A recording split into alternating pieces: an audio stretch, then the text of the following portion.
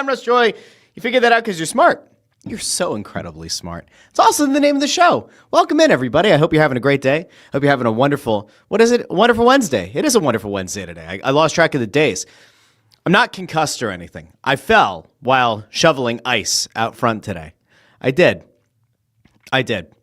And I know that it doesn't really matter in the grand scheme of things. I don't expect flowers or sympathy. And at the risk of turning this into a much bigger thing than it needs to be, I will also point out I don't need anybody to send cannoli to my house. You might have seen this yesterday. You also might have missed it. But yesterday I received a package that I did not expect to receive. That actually sounds really bad. I shouldn't say it like that. Yesterday, I went to my front door and there was a delivery guy standing at the front door. Now, mind you, I did not clear the front step since the snow.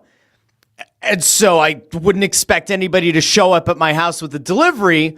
But good old friend of the program and friend of Snow the Goalie, Tony Escargot, over on Twitter, sent me a tweet, or he tweeted at me yesterday and said, hey, just so you know, because I put out a thing about how the Flyers need to, change a few things.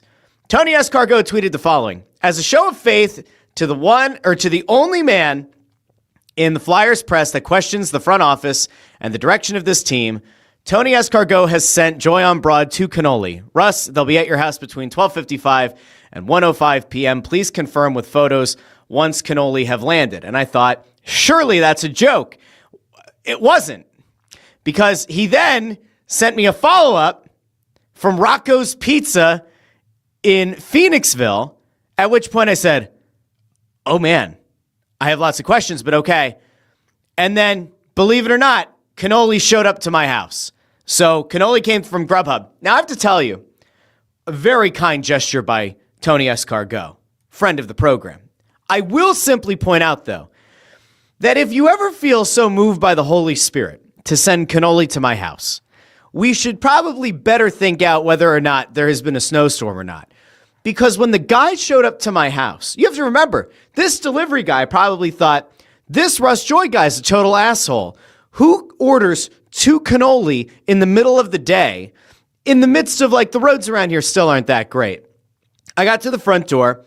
I opened the front door. I looked at the delivery driver, and I started to try to articulate to him, hey, just so you know, I'm not the ass. I didn't order this. I'm really sorry that you got dragged out of the store. I'm sorry. This wasn't me. And then I realized that if I went out of my way to explain to this guy, hey, there's a Twitter account out there named Tony Escargot who felt moved by the Spirit to order me cannoli to my house, the guy probably would have thought that I was on meth or something. So I stopped myself from going further into the explanation, and I simply said thank you.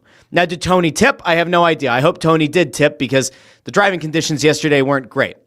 All this is to say, in this very weird world that we live in, I somehow now have somebody who has decided to send cannoli to my house. I have not yet eaten the cannoli, but I will, and I thank Tony Escargot for the cannoli. Now, I have other things to be thankful for today. Most notably, did you watch those Philadelphia 76ers on Tuesday night? If you did, you'll understand why I look so happy, so joyful, so gleeful today. Because we have to talk about the Philadelphia 76ers. We will also talk about the Philadelphia Flyers, who are about to play their 5,000th game. Yes, that is correct. You heard me correctly. Their 5,000th game between the regular season and postseason included. 5,000 games.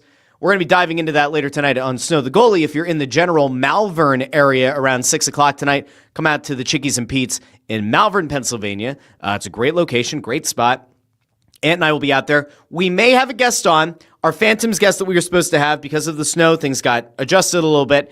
There is somebody who may be coming on the show. We are waiting on double, triple verification. It'll either be me and Ant, or it'll be me, Ant, and somebody else who's very prominent in the media space around the Philadelphia Flyers. So that's all I can tell you for right now. And if this person is going to confirm, we'll put it out on the Twitter as well. But we will talk about the Flyers, because they got shellacked, mollywopped, boat raced by the Islanders on home ice, coming off of an impressive 7-3 win in Colorado. They puked all over themselves. We'll talk about them a little bit later on. We also have to have a little conversation about Bill Belichick, who somehow did not get elected as a first ballot Hall of Famer. We'll talk about that and the apparently very petty Bill Polian. And I never thought I was going to come on the show and defend Bill Belichick, but I might have to at some point. We'll also cover whether or not the Sixers should be interested in Giannis Antetokounmpo, who came out today. Shams Charania put out. Apparently he is now not just open to the idea of a trade, but maybe is actually hoping to be dealt from Milwaukee. The same Giannis who only mere days ago said that he's going to be out 4 to 6 weeks with yet another calf injury. Seems like a bold thing to then want to be dealt, but we'll talk about that a little bit later on in the show. And by the way, Christopher Sanchez is apparently going to pitch at the World Baseball Classic, so we'll get to that. I also have just a general question that I'm going to throw to the people, and you weigh in at some point here. Are the Phillies a better team? Because I saw a tweet that pitchers and catchers report in 2 weeks, and I said, please no. Please, God, no. 2 weeks, pitchers and catchers report, and I have gone back and forth with somebody who will remain nameless, Anthony Sanfilippo, and I said, hey, I think the Phillies are pretty clearly worse going into this season than they were last year. And he told me I'm an idiot and I don't understand baseball. So I'm going to throw out to all of you who are not idiots whether or not you think the Phillies are a better or worse team now than they were this time last year. We have so much to get into, and we actually have a good bit of time to do some stuff today. So we'll dive into all of this and maybe even more. Who knows? Who's to say? I can make no promises. Well, I could make promises, but I like to not break my promises. So we'll get into all of those different things. We'll probably I think we'll probably go Sixers, Flyers, Belichick, Phillies, something like that. So let's get into it. Now, I'm going to go out to the comments here really quick, and then we're going to move on. I don't know if you've noticed, I've reorganized the desk a little bit here because I felt like so much stuff gets hidden behind here where the comments are. So I didn't show this the other day, but I picked this up in Barcelona. I got the Sagrada Familia, and I say that with the English accent, not Sagrada Familia. I picked up this thing, which is very big. Usually I go with the smaller ones, like the CN Tower in Toronto, or I've got I think this one is Hatteras, or is this Currituck? This one's the Currituck Lighthouse in Outer Banks. I don't know what made me feel so moved by the Holy Spirit to grab such a big Sagrada Familia, but I did. So that's now added to the desk. Everything else I think is just kind of shifted over. I have this whole idea in my mind of how to set this desk up even better and have more things on it, but we'll see. How committed am I to doing it? I don't know. I also have the Barcelona mug here, as many of you are aware. I like to buy the Starbucks mug from wherever I go, so I've got the Barcelona mug. What I did notice, and it was way after the fact, is that this is a glossy finish, and usually they're a matte finish. So now this one stands in stark contrast to a lot of the other ones. I don't know how to feel about it. I think I'm okay with it, but I'm not positive. Okay. We're going to go over to the comments. Let's see what's going on. Chris Freed says, did the Hall of Fame voters give Belichick the shaft? We're going to get there in a little bit. Nick Abe says, oh, baby, we hear. And says, my GOAT, Connor McDavid, has 92 points in 54 games. I think he's a good player. I'm pretty sure Connor McDavid is a good hockey player. I just need somebody to confirm that he is very good. Chris Freed says, I'm going Posidelphia. And I'm going to say the Flyers win their 5,000th franchise game tonight in regulation. Wow. Bold. Okay. Chris goes, did the cold freeze Russ, or is he watching the Challenger accident over and over again? Nope. No. When I fell on the ice today, I couldn't believe it. This was a picturesque, feet up over the head kind of fall. I went to go shovel out the front step. I took 2 steps on my walkway that also were not shoveled, and it was just ice over top of a little bit of snow, and I went full feet up, and I landed on my left hip, which has been giving me trouble now for a while because apparently I'm an old man. So, here we are. All right. Let's see. Bondarenko's here. Says, good afternoon. Hello. Amadeo asks, you got rock bottomed? I did not get rock bottomed, but it did feel kind of close to getting rock bottomed on the ice. Let's see. Ford says the Flyers suck. And says Sixers are an up-and-down team and will be all season. The Hornets' loss is ridiculous. Note that Ford talks about the Hornets' loss, does not talk about the shellacking that the Sixers gave to the Bucks and to Glenn Rivers on their home court last night. Interesting. Very, very interesting. Let's see. Ford says cannolis. There's an S. No, if you're Italian deprived or if you just have no concept of the Italian language, then you would add an S. Cannoli, as I think we've covered on the show before, is plural. In Italian, masculine nouns take an I as their plural form. The singular ends with an O. So a cannolo would be a single cannoli, and then cannoli is plural. Same thing as ravioli. Ravioli equates to multiple raviolos, right? Raviolo is one, ravioli is multiple. You don't put an S. I find that actually pretty upsetting, to be honest with you. Okay. Jim Cochran is here, says Sixers better not trade away their youth for Giannis. We'll get there in a little bit. Wyatt's Hot Take says Belichick did not get first ballot because Goodell is a terrorist. We'll talk about Belichick here in a second. Nick Abe thinks that Golden State is going to get Giannis. We'll see. There's a non-zero chance of that. There was two interesting trades have already come up. One has to do with Golden State, and I saw a thing about the Knicks maybe making two moves, moving both Mikal Bridges and Karl Anthony Towns in separate moves. We'll try to get there a little bit as well. At the Helm Outdoors asks, is one goal tonight too much to ask for? I have a feeling that the Flyers will score more than one goal tonight. Will they win the game? I don't know. All right. I might try to jump through some of these other ones. We'll go back and forth. This is also nonsense. Ford says cannolis is accepted as a plural in the English language. Just confirm that, so both are true. Now that's stupid. That's a double pluralization. We don't recognize double pluralizations here on the Russ Joy Show. I think it's dumb. So I refuse to acknowledge that. Okay, cool. Now, let's have a conversation about your team, your town, of Philadelphia 76ers, who on Tuesday night did a damn good job of showing you what this thing looks like when everything is humming all at the same time.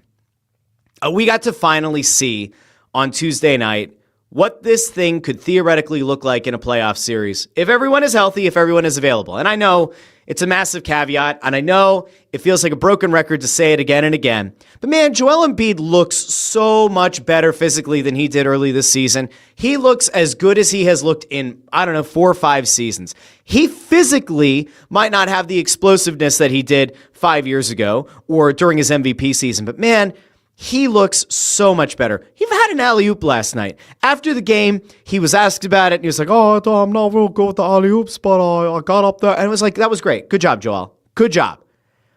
Alley-oop from Maxey. Maxey was like absolutely elated seeing the big man fly up, soar over the opposition, and finish an alley-oop. It was a good moment.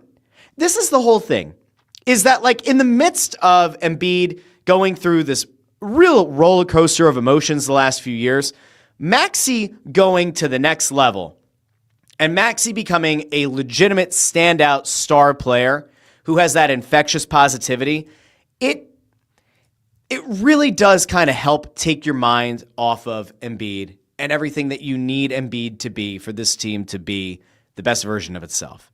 And there's this beautiful moment in the game where Maxey to Embiid, you get the alley-oop, everybody's feeling great about it. And Maxey's like a kid in a candy store. Maxey is absolutely thrilled.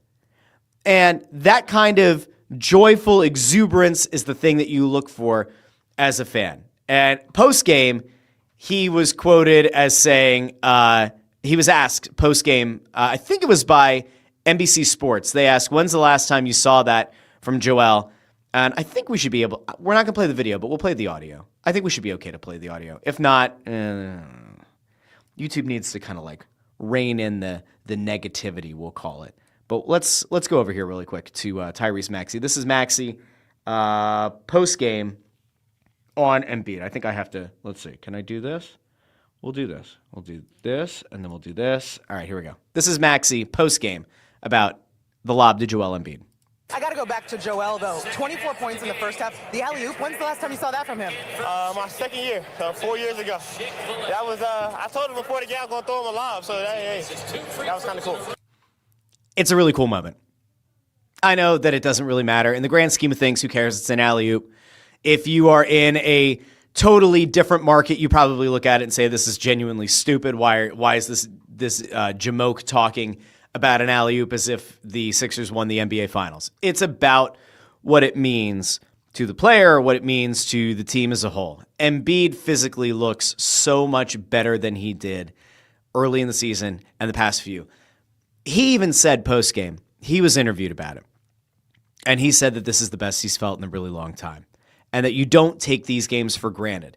And so there's part of me that feels like there's a maturity that has definitely happened with Embiid. And I think people have seen this since he became a dad. There's been like an uptick in maturity. But I think that having his career essentially threatened now multiple seasons, where his season is cut short, there are legitimate questions about whether or not he's ever going to be able to play basketball at the same level or even close to the same level. When you have that kind of taken away from you, when you have your potential basketball future taken away from you, I think it does change things if you're a player. And in the case of Embiid, you can tell that he's grateful that he's feeling as good as he does physically. And I get it. He didn't play against the Hornets, and Hornets game was a total disaster class.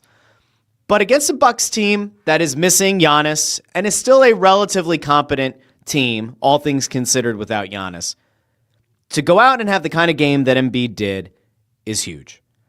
But it wasn't just Embiid.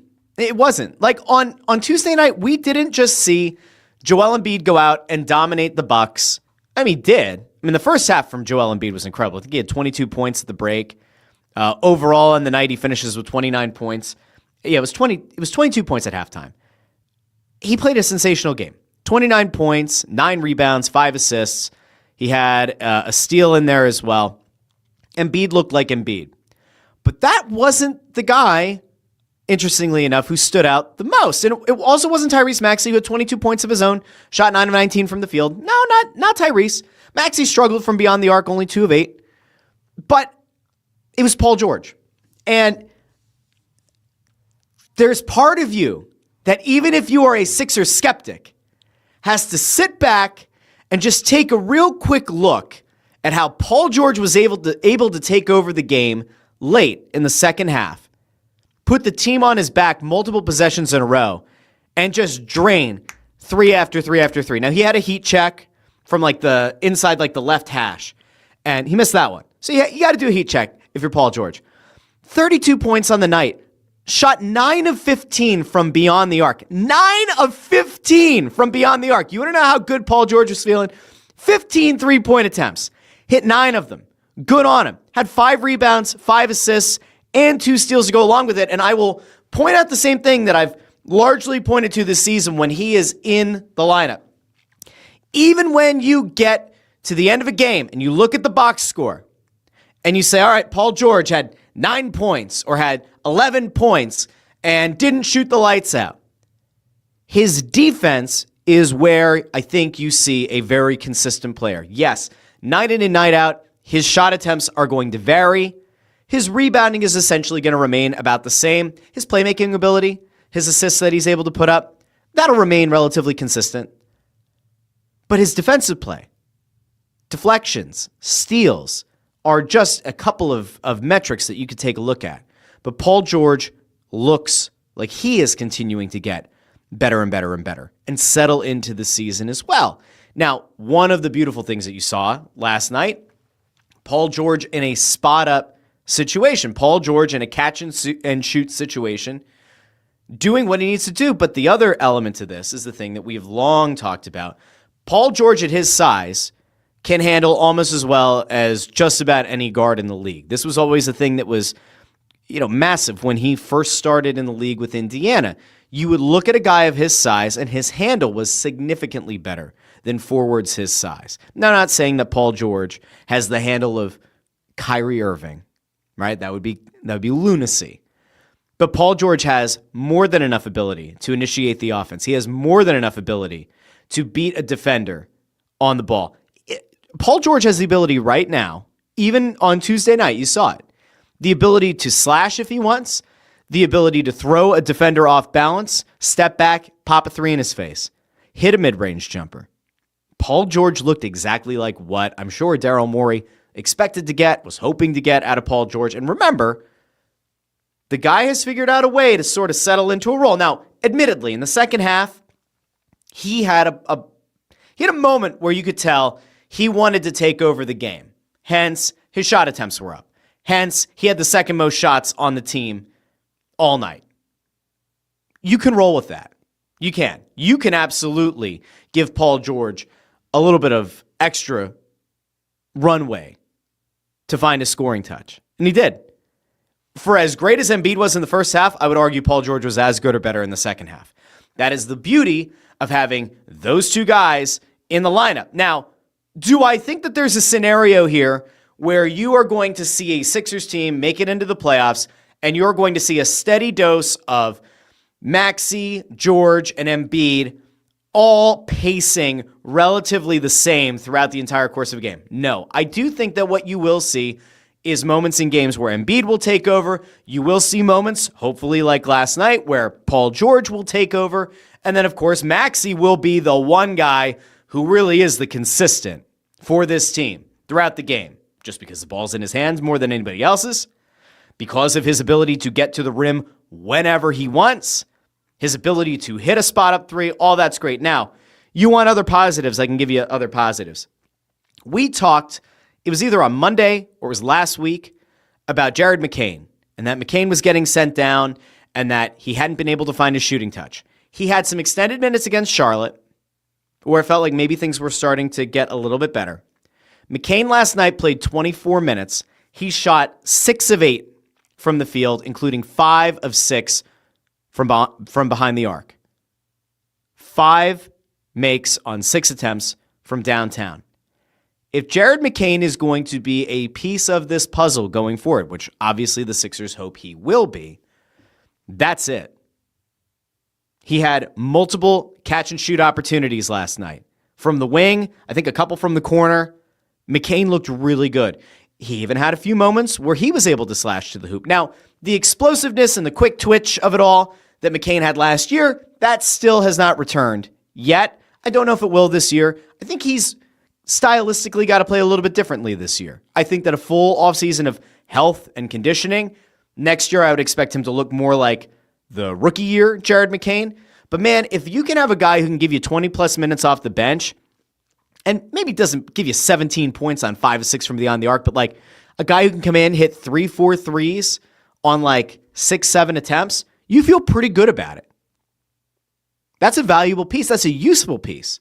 And if that conditioning gets a little bit better, Jared McCain as a ball handler off the bench, not the worst option in the world. I will also point out that Bona last night had 2 blocks, both of which looked like they erased the existence of the opposition. He had 1 block where he was fully extended. I forget who the player was from the Bucks who went up for a layup.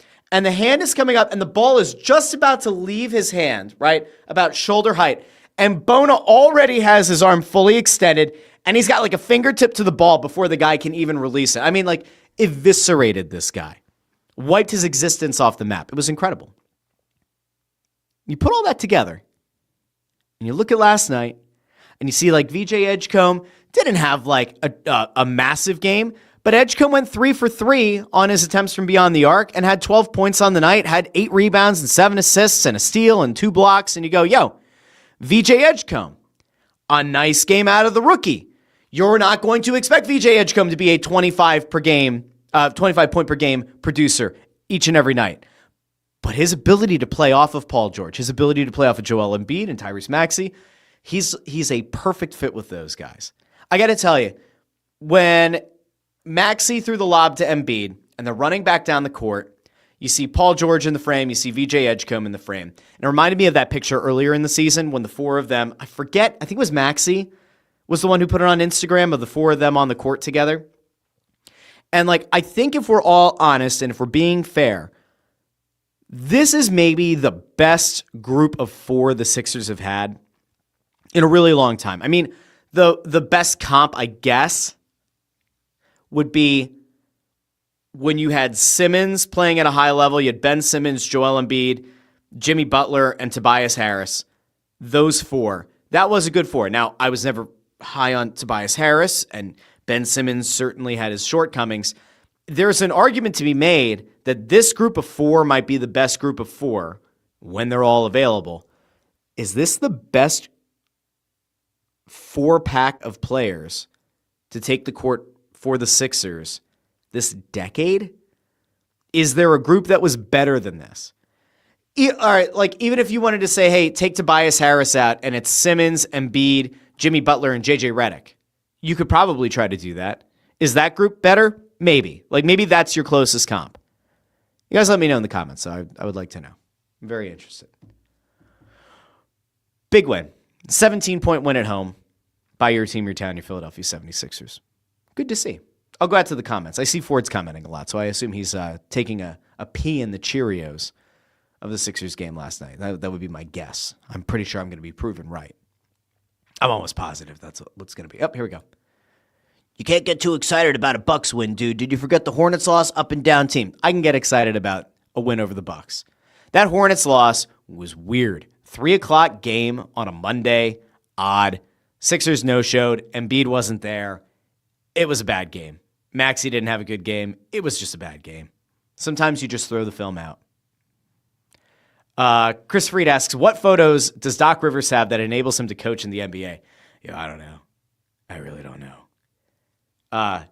Doc's in a weird spot too, because Doc actually came out and said Embiid is the most talented player he's ever coached.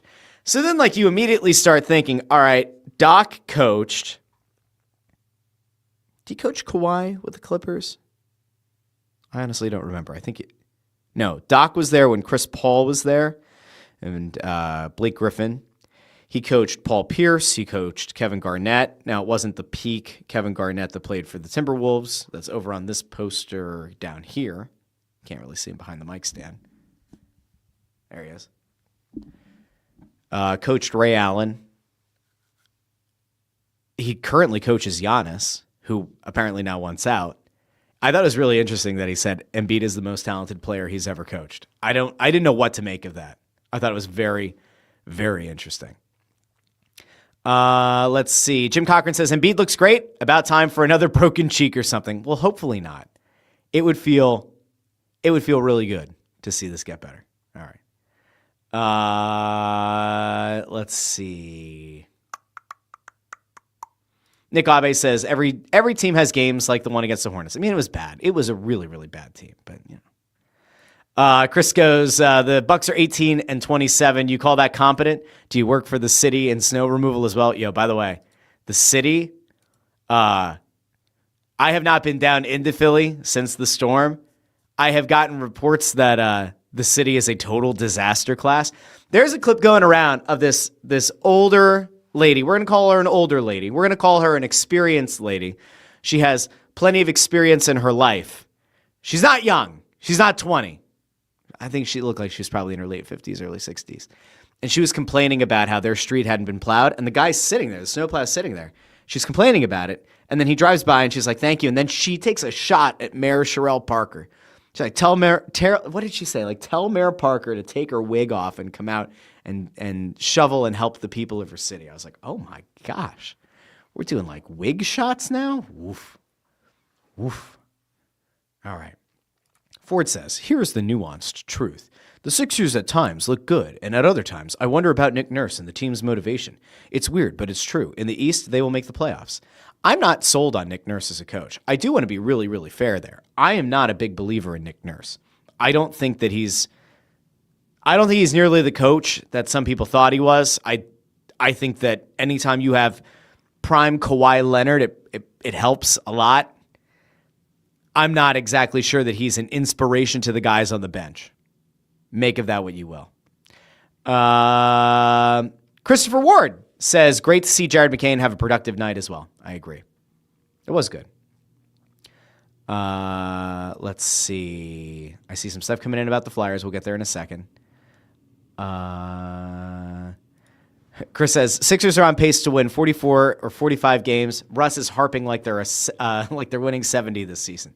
I just want to have something nice to hold on to, especially when the other team that plays in the building looks like they're about to fall apart. B. Condor says it's by far the deepest roster they've had in the Embiid era. I think that is actually true. I do. All right. I think we're going to go, let's flip over to the Flyers. I got to play something for you that I said over on So the Goalie the other day. You know how much I love doing the Russception, right? The Russ Inception stuff. Oh, real quick, before we go over there real quick. I don't know if you guys had the chance to see this. Slam, Slam Magazine, they put this out. We got some images here. This is the last Sixers thing before we flip to the Flyers. I started going to the Flyers, and I forgot. I had this pulled up. I'm going to show you anyway. So Slam has this out. Times like this. You got VJ Edgecombe, and you have Tyrese Maxey together. I think this is a different cover that's just Maxey, Poetry in Motion, and then one of Edgecombe straight to it. You want to talk about why it's such an important thing to have young guys that you can kind of lean on?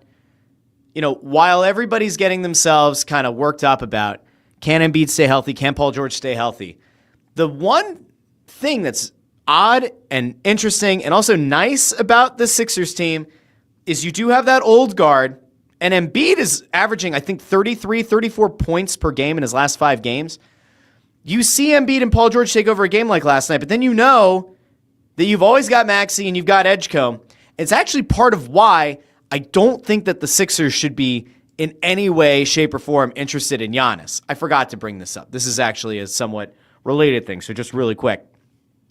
I mentioned the Shams tweet earlier.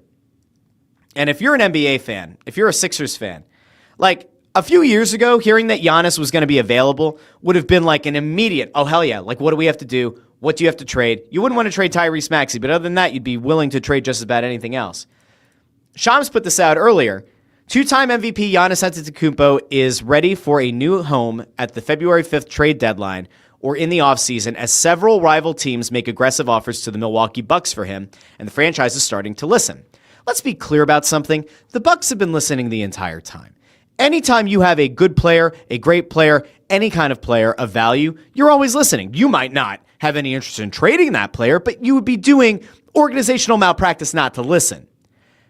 I think it's very clear that, Giannis is ready to leave Milwaukee. I think the second that Dame tore his Achilles and the Bucks essentially bought him out to just go off and sign wherever he wanted, he ultimately went back to Portland. I think Giannis was done. I think Giannis also saw the writing on the wall. There is no viable path to him winning another title with the Bucks. Where does he end up? I don't know. Could he end up with the Knicks? Maybe. Seems like that's where he's wanted to go. They have plenty of capital in terms of players that they could look to move, and maybe some picks or pick swaps can get a deal done. But if I'm the Sixers and I'm looking at Giannis, and Giannis is out with another calf injury, the number one thing that goes off in my head is what have we seen the past 18 months? A guy tweaks a calf, comes back too early, and then, class, what does he do? Ruptures his Achilles. Giannis ruled himself out 4 to 6 weeks. He said himself that he thinks he's going to be out 4 to 6 weeks. And then, a day or two later, we find out, Giannis is actually open to being traded. Yo, I got to pump the brakes. If you're a Sixers fan out there and you're like, oh yeah, hell yeah, Sixers, get in on it. I put a thing out earlier today. I was like, if I were the Sixers, I would not be interested. I wouldn't. Because it's going to cost you VJ Edgecombe. That is not worth it in any way. It's not. I get it. Giannis, multiple-time MVP, a guy who's won an NBA title, a guy who can take over a game.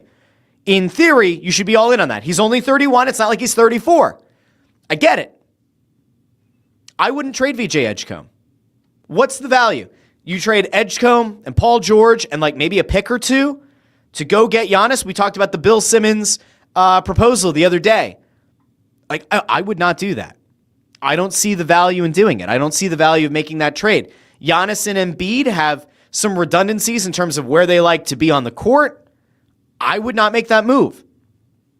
If you had a way to ship off Paul, if the trade was Paul George, Jared McCain, and some picks, all right, well, maybe that's a conversation. Does it excite you to think about Tyrese Maxey, VJ Edgecombe, Giannis, and Embiid together? Well, yeah. Is Giannis a better player overall than Paul George? Yes. Of course, I think Paul George would probably admit that Giannis is a better player. But I don't see any scenario where Jared McCain, Paul George, and some picks get you Giannis. I don't see that. And if that's the case, not happening. No, thank you. I'm way too high on VJ Edgecombe.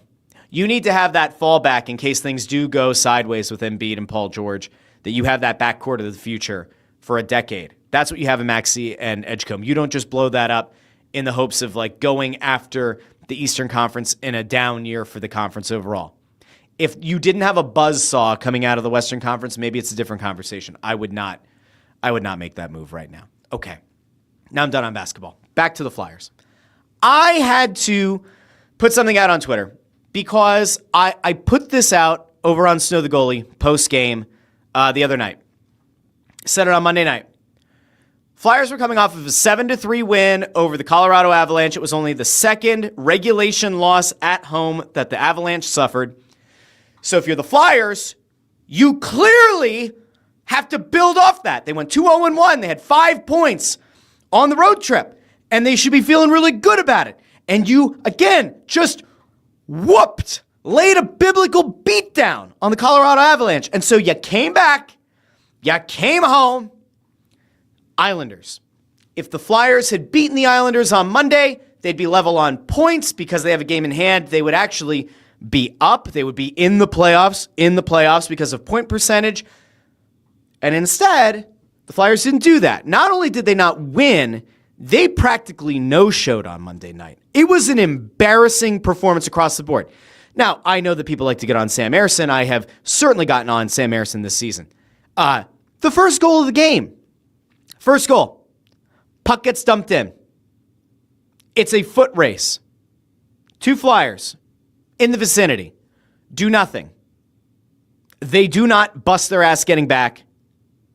There's a wide open player in the slot. Buries it past Ersson. Not Ersson's fault. And by the way, the Flyers had just gone on the power play. So it was a shorthanded goal where a lack of hustle cost them a goal. And honestly, the second that goal was scored, I said, this feels done.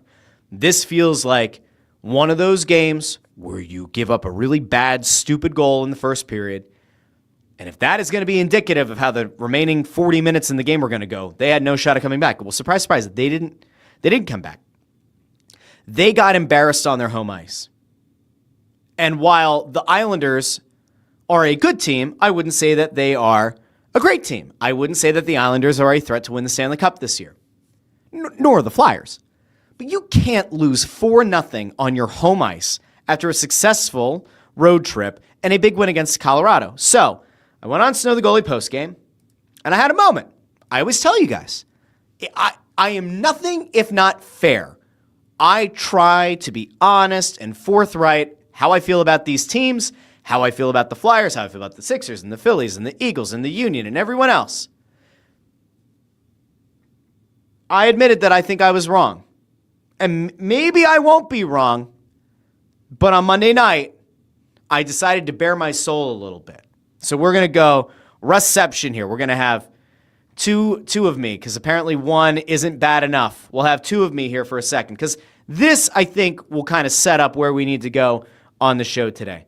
All right, let's see. You're going to get to see. Now, if it's 2 5-heads on the screen at the same time, does that make it a 10-head? Good question. We should find that answer out soon. This is what I said post-game after the Flyers got whooped by the Islanders. Let's go over here. I'm actually kind of mad at myself.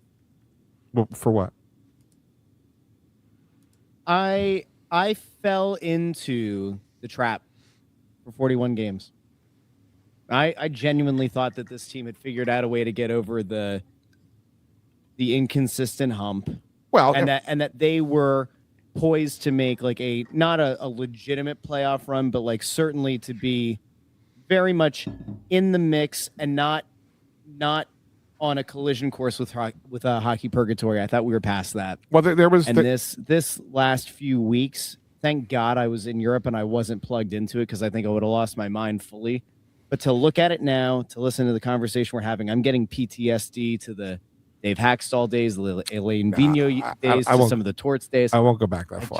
I'm over it. They got to figure it out, and by the way, you have to figure it out soon. You got to figure it out one way or the other. This cannot be a repeat of 2 years ago, where you're going down to the last 2 weeks of the season and then you fall off, and now you're back to picking at 14. That can't be it. You got to go one way or the other. And if it's going to fall apart, it needs to fall apart, and you got to figure it out. If you're Danny Briere, are you going to let it free fall? And maybe you do. Are you going to try to make a couple of moves? I don't know what that looks like. I don't think it's highly advisable, nor do I think he would. Or are you going to lean on these vets? Bundy, this is the thing that I get frustrated with.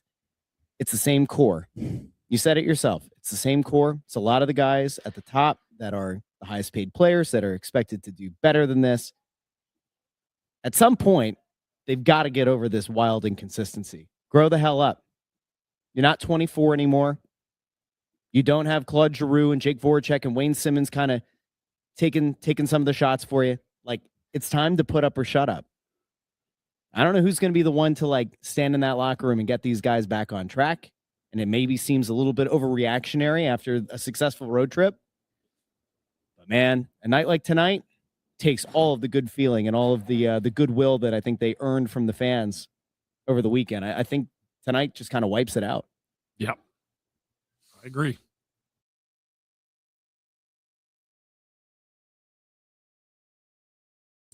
I thought about it since Monday night, and I did. I was like, did I go too hard on the Flyers? Was I overreactionary because it was their first game back, and they were just coming off a huge win over Colorado, and was I being unfair? And so I thought about it. I pondered it in my mind, and here's where I landed. Absolutely not. It wasn't wrong. I didn't go too hard after them. I could have gone harder after them. In fact, I might have actually pulled a couple of punches in what I said. This is an embarrassing display. Monday's game was a flat-out embarrassment. And this is where I get frustrated because my dear friend Anthony, lovely guy. We're pals. I was the officiant of his wedding. Great guy.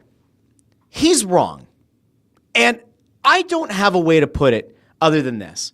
A lot of the people who are trying to make excuses for this Flyers team and are actively trying to kind of like make that case, make that pitch that, you know what, the Flyers just need to add here. They just need to make a move here, or, they could still get back into this thing. They can really make a push for playoffs. A lot of those people are the same ones who have been covering this team through a largely mediocre period for over a decade.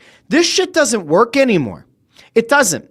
We are having the same conversation that we've been having for the better part of 8 years on Snow the Goalie. Like, I swear, if you know me and if you've been keeping up with me for years, I am not the biggest believer in like Claude Giroux, the leader in the locker room, was not the biggest Jake Voracek guy.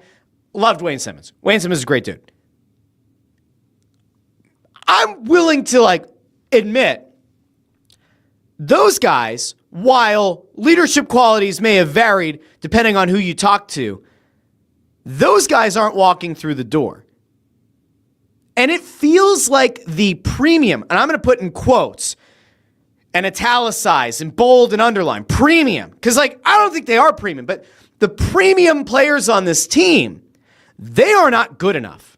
There is no way to try to spin that those guys are good enough players for a cup contending team. I would even make the case they are certainly not good enough to be the top players on a team that wins the first round comfortably or finishes in the top half of the Eastern Conference. They're not. They just aren't. Anybody who tries to sell you on the notion that Travis Konechny and Travis Sanheim can be the cornerstone pieces of a top 4 team in the Eastern Conference that can win a first round and have a really competitive second round series, they are fucking selling you snake oil. That ain't real. It's not true.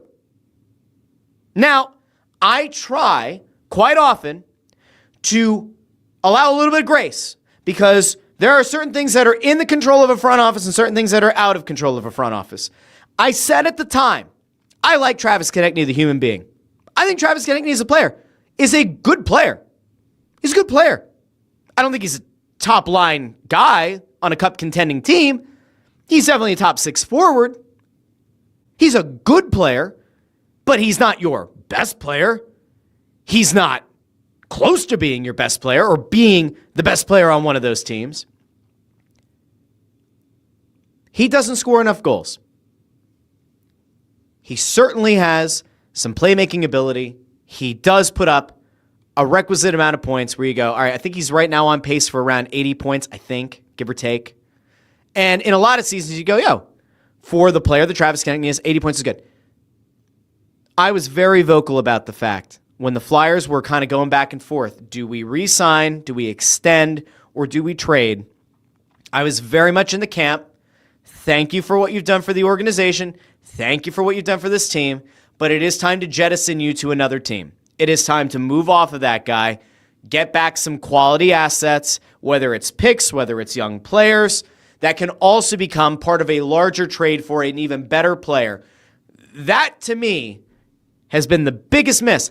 I can look at things objectively, and I can say Danny Briere did a wonderful job this offseason identifying Dan Vladar, who for the season has been a legitimate number one goalie, which no one saw coming.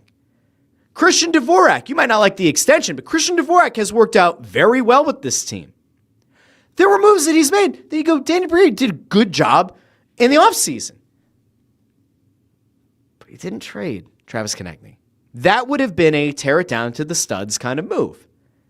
Now, the Flyers did try to trade Travis Sanheim. They did. And Torrey Krug said no.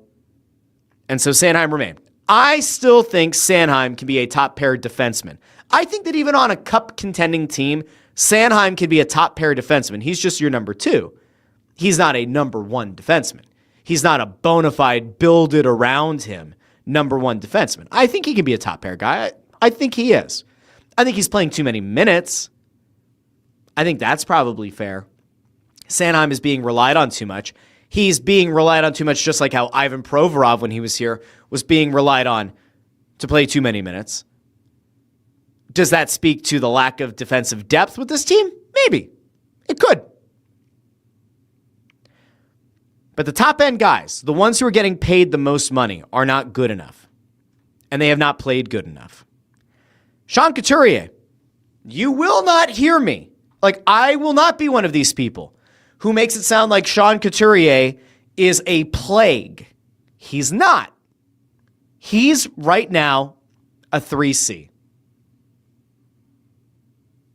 That is, in theory, where Sean Couturier should be right now.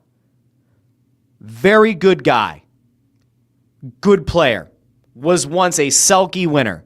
Had 2 back surgeries. You will not get me to shit on the guy because he is not playing like a 1C. When the Flyers gave him that contract, he did project to be a 1C. Or at the very least, or at the very worst, a really, really, really good 2C. And were it not for the back surgeries, you would probably look at Couturier's cap hit. You'd look at his AAV and say, no, that's actually not a bad deal. But he's slow. I don't think there's anybody who's trying to sell you on the idea that Sean Couturier is a physically better player than people want to give him credit for. He's not. Is he playing well enough? No, he's not. Relative to what his salary is? No, he's not. I will say that 2 back surgeries would definitely qualify as extenuating circumstances. You have to make the best of what you have. He does not actively prevent your team from winning games in a meaningful way. I would argue he's a 3C. Center depth is an issue. I will continue to ask the question. I don't think it's very complicated. Why is Trevor Zegras not allowed to play center? What is the apprehension? How bad could it be? Seriously, how bad could it be? Because if you sort of play this thing out with where the Flyers are in the standings right now, I think the most recent thing that I saw was that in order for the Flyers to comfortably make the playoffs, they would have to go 18, 10, and 3, something like that, over the rest of the season in order for them to be in a really good spot in the playoffs and in the playoff picture. And if that's the case, I'm not so sure this team could do it. Now, Dan Vladar got activated off IR, so you feel pretty good about that. And if he's able to be the guy that he was, cool.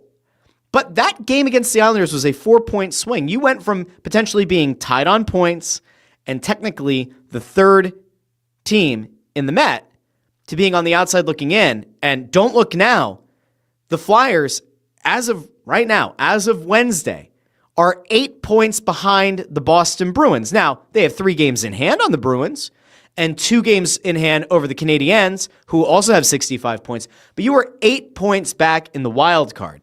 It seems like your most feasible path to getting into the playoffs right now would be to finish in the top 3 in the Metropolitan Division. Is that going to happen? I'm not so sure. Do I feel great about it? No, I do not. Flyers have a lot of issues. And the problem that the Flyers have is it's not as if they have a guy who's like waiting in the wings who could step in and be the savior for the team. They don't have that. They don't have a highly touted center prospect that they could just bring into the fold and all of a sudden things fall into place.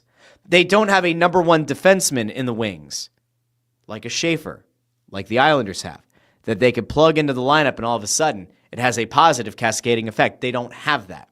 The best the Flyers have right now is a guy who has been a career backup who was having a legitimate number 1 goalie kind of season before he got hurt. But I got to ask the question,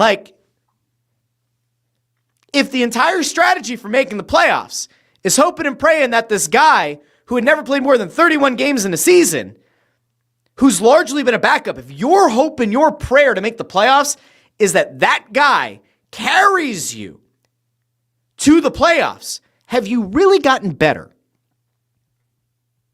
Because I'm not so sure that you have. I was critical of Torts. You're not going to get me to say, oh, this table base, so much better. If Tortorella had a goalie who played as consistently as Dan Vladar did in the first half of this season,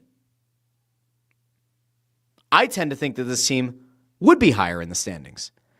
I tend to think that the Flyers would probably have a few additional points. I think that there's a non-zero chance that we wouldn't be seeing a Matvei Michkov regression. Call me crazy. Now, I know that there are people who are saying, is Torts a better coach than Tocchet? Historically speaking, you would say probably yes. Tortorella also has benefited tremendously from having some exceptional goalies at his disposal. But if this first half of the season Dan Vladar played for the Flyers last year, I would tend to think that the Flyers would have been in a much better position. Make of that what you will. I worry that the unbelievable otherworldly goaltending that they got from Dan Vladar has really covered up a lot of the issues with this team.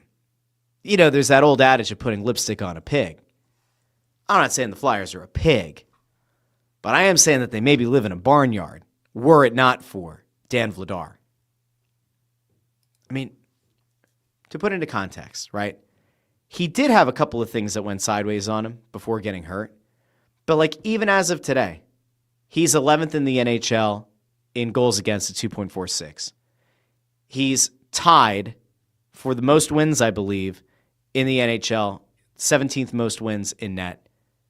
He still has a save percentage over 900, which Flyers goalies have not been able to put together in recent years. I do wonder if there was way too much being put on the shoulders of Dan Vladar. Which leads me to the ultimate question, and it's a thing that I sort of posited the other day. Flyers have to figure out what they're doing right now. You cannot wait another month. If you're Danny Briere, you've got to make a very clear, calculated decision. Are we buyers or are we sellers? They don't have a whole lot to sell. I don't actually know what you could try to sell right now or between now and the deadline that's going to help you in any meaningful way, other than to lower the ceiling, lower the floor. If a team comes calling about Owen Tippett, do you have a conversation? Maybe. Depends on who it is. If a team comes calling about Porter Martone, do you have a conversation? You have a conversation. You likely still walk away and say absolutely not. Let's not forget. Flyers did not want to trade Porter Martone as part of a package for Quinn Hughes. Well, if you weren't willing to part with Porter Martone for one of the best defensemen in the National Hockey League, I tend to think you're not going to be willing to move Porter Martone for just any jamoke who becomes available on the trade market. Are teams going to call about Bobby Brink? I can't imagine so. And if they do, it's not going to be a very valuable asset coming back. Are teams going to call about Travis Sanheim? No, I can't imagine they would. He also has a full no movement clause. I don't think Travis Sanheim's going anywhere. Could teams call about Travis Konechny? I don't think they would right now. If Konechny goes on a heater, is there a chance that a team could pick up the phone and call you about Travis Konechny? Maybe. Do I think this team would move him? Absolutely not. So I don't know how the Flyers could be sellers. Christian Dvorak was probably your most valuable, sellable piece. And you signed him for 5 years. Bold strategy. What was my complaint at the time? You haven't seen him and Zegras split up. You don't actually know if Dvorak was just massively benefiting from playing with Zegras or if he was on his own just having a career year. I still don't think you have a totally clear picture on where that falls. You still haven't re-signed Trevor Zegras. Now, it seems like the team wants to bring him back.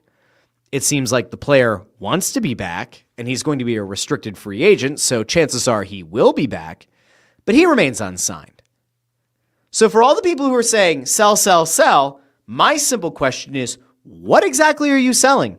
And to whom are you selling these assorted misfit toys? Because from where I'm standing, I don't see a whole lot of attractive assets to sell. On the flip side, if you are the Flyers, do you buy?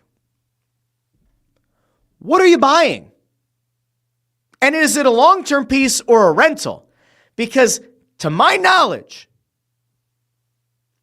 Danny Briere's been pretty opposed to the idea of going out and just getting a half-season rental, going out and pick up a guy who's like 33, 34 years old, just for the sake of trying to push the team closer to the playoffs.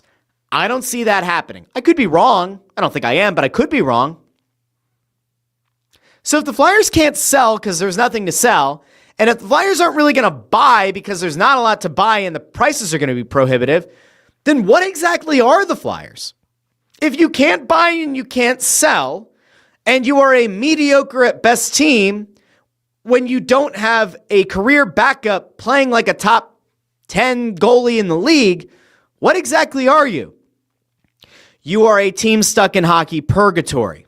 And if that sounds familiar, it's because that's exactly where this franchise has been for the better part of a decade. It doesn't matter if Danny Briere's the GM, or Chuck Fletcher's the GM, or Ron Hextall's the GM. It doesn't matter if the idea was to tear it down like Hextall wanted to do. It doesn't matter if it was to patchwork things like Chuck Fletcher wanted. It doesn't matter if you were going to commit to a rebuild publicly like Briere did. The results essentially are still going to be about the same. Right now, the Flyers are hurtling toward hockey purgatory.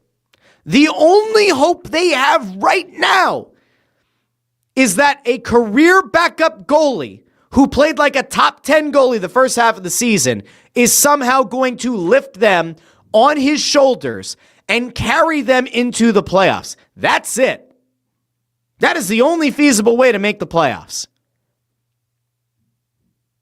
And yet, the team is mediocre enough and not totally bad enough that even if Vladar comes back and is human, they are not going to be able to catch up racing to the bottom. Which means that the Flyers once again find themselves in hockey purgatory. Now, where do I land? I would like to see a playoff run. I genuinely would. But I also thought that this team was in a better position to avoid hockey purgatory. I thought that they had gotten over this hump. And it doesn't appear that they have. Now, if Vladar comes back and the team plays better in front of him and they go on a run, okay. But if the bottom falls out, the bottom's really got to fall out. Now, we've been talking all year about parity in the league. To give you an idea, as of January 28th, the year of our Lord 2026, the Flyers have 57 points on the season in 51 games. That is the same amount of points that the Washington Capitals have, 57 points. Now, the Capitals have played 54 games, so the Flyers have 3 games in hand. If the Flyers were to go into a funk, into an extended rut, could they end up somewhere in that top 8? Yes. Do I see a scenario where the Flyers are able to race to the bottom and make up an 18-point gap with the Canucks to get the number one best odds of getting the number one overall pick? Absolutely not. Where this thing could ultimately land is if the Flyers were to really have the bottom fall out, they will be in with a hodgepodge of 12 other teams or so that are probably going to be separated by about 5 points at the end of the year, and we will all collectively hold our breath that the Flyers somehow end up somewhere in the top 5, top 6 best odds to get the number one overall pick. I say this every year. You just want to make sure that you are jump-proof to some extent. You know, you might not get the number one overall pick. The thought has always been, if you have the best odds of getting the number one overall pick, the most you can get leapfrogged is twice. And you end up with the number 3 pick. If you finish the season with the 5th best odds of getting the number one overall pick, the worst you could finish is 7th. 2 teams could theoretically jump you, and you could finish in 7th. If you're the Flyers and you finish in, let's say, 13th, well, you could get jumped twice. You could. If you're 13th, that means you would pick at 15. And if you finish in 13th, guess what? The best you could do is jump 10 spots, which means you would pick 3rd, which would be a hell of a win.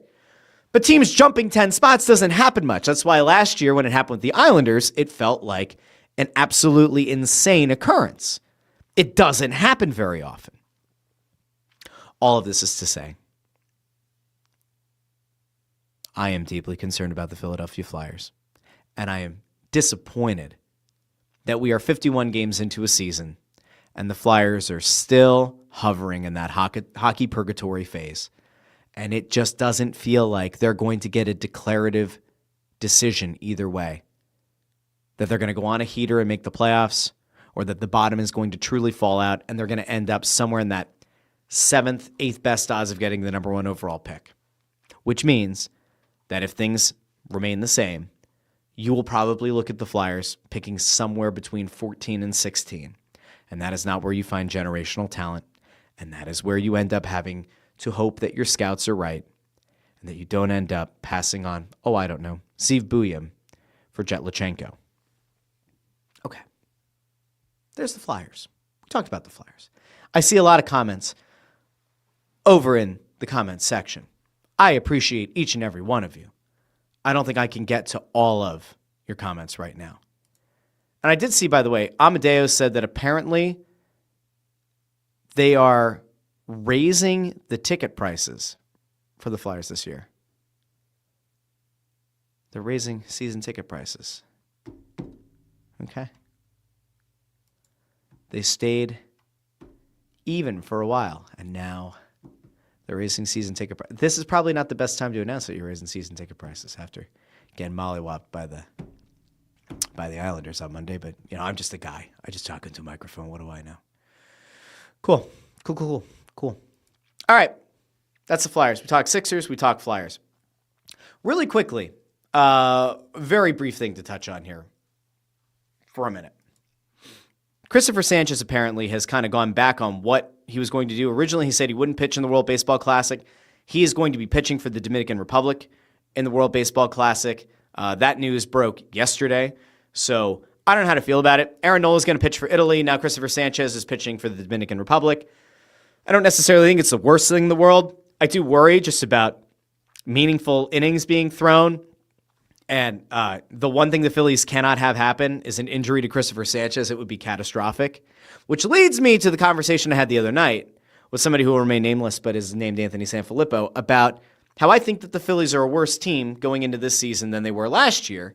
And I don't even think it's really up for debate, but apparently there's at least one person on this earth who thinks that it is up for debate. So I just want to do a really quick side-by-side of the teams as currently constructed. Something can happen. Maybe Dave Dombrowski's going to go out and make a really big, impactful trade before the season, and he's going to make the team better. He's not. So just to recap, last year, you had a rotation that featured Zach Wheeler, Christopher Sanchez, Ranger Suarez, Aaron Nola. And then you were kind of in flux about the fifth. Was it going to be Taijuan Walker or whatever? Okay, so you had that. This season, you've allowed Ranger Suarez to leave. Zach Wheeler remains out due to complications with thoracic outlet syndrome. So your rotation right now is Christopher Sanchez, Aaron Nola, Andrew Painter. Some question marks. Now, eventually, Wheeler's going to be back. So eventually you could have Wheeler, Sanchez, Nola, Painter. I don't know. Okay. The Phillies clearly believed that long-term they needed another answer. Hence, they gave a very big offer to Yamamoto, who chose to not sign here. They let Suarez leave. Framber Valdez, I think, unless he signed in like the last 36 hours, is still available, although I don't see that happening. So the rotation is worse, right? Rotation's worse. The bullpen might be better. The bullpen going into the year is definitely better. Duran entering this season versus what they had last year automatically means the bullpen is better. So good job to the Phillies. The bullpen is better. The lineup. You replace Bryce Harper with Bryce Harper. You replace Kyle Schwarber with Kyle Schwarber, JT Realmuto with JT Realmuto, Bryson Stott with Bryson Stott, Alec Boehm with Alec Boehm. Nick Castellanos, in theory, you've replaced with Garcia. Castellanos is still on the roster because the Phillies screwed this thing up at the end of the season, pretty much saying, somebody please just take this guy off our hands. It hasn't happened yet. So Castellanos is still there, but been replaced by Garcia. In center field, you're going to have Justin Crawford, which maybe will work, maybe won't. I have no idea. And then you have Marsh. Now, Harrison Bader just signed with the Giants, so any dream that you might have had about Bader being back is now gone. The most interesting thing is Bader was asked about his time in Philly. He raved about being a Philly. He was only in Philadelphia for like 2 months, 2.5 months. Raved about the fans, raved about the organization, about the people, about the coach, about the front office. And then said, honestly, I don't really know why I'm not back there. That's a pretty wild thing for a player to say. He just signed with the Giants for around $10 million a year, if I remember correctly. The Phillies signed Garcia for about $10 million. But Bader was asked about his time in Philly, and he goes, I don't actually know why I'm not back there. Is that concerning to anybody? Okay. I find it slightly concerning, but I'm just a guy. So the lineup is really no better. The rotation is objectively worse. The bullpen might be a little bit better. How exactly are the Phillies as good or better than they were a year ago? There we go. Thank you, Wyatt. He is correct. Jesus Luzardo. I did forget about Luzardo. I should never forget about Luzardo again. Good call. Thank you, Wyatt. Luzardo. We do like Luzardo. Okay. So you have Sanchez and Luzardo and Nola and Painter and question mark. Okay. Makes you feel a little bit better. How did I forget about Jesus Luzardo? I'm an idiot. I make mistakes. Okay. How is this team better? They're not. Have the Dodgers gotten better? They have. Have the Mets gotten better? They have. Okay, cool. Good talk, everybody. Good talk. 2 other things really quick before we head out. One. Adam Schefter went on to 97.5's morning show and hinted that there's a big change coming, and I need to know what the change is. We're going to throw out here really quickly because we got to get going. We're going to throw really quickly to a clip from 97.5, the Fanatics morning show. Adam Schefter was asked about the changes because I don't know if you saw this. Todd Monken signed with the Browns as their head coach. He did not follow John Harbaugh to the Giants. So now Monken is off the list, although I don't think he was really ever in consideration here. And we know that top candidates have chosen to not bring their services to Philadelphia, which is problematic. I want you to listen to Schefter. Schefter definitely hinted that something big is coming. Let's go out to Adam Schefter. Appreciate the time, man. Thanks, and we'll talk to you next week. Maybe reacting to an OC hired in Philadelphia. Maybe the smoke will come out of NovaCare. We'll find out soon. And maybe there'll be even more than that by next week. Yeah. Will A.J. Brown be traded? No. Well, More than that. We'll We see. didn't Wait a minute. we didn't ask you this Wait a minute. week. More than that. What are you hinting at? Maybe there'll be even more than discussion than an offensive quarter. We'll see.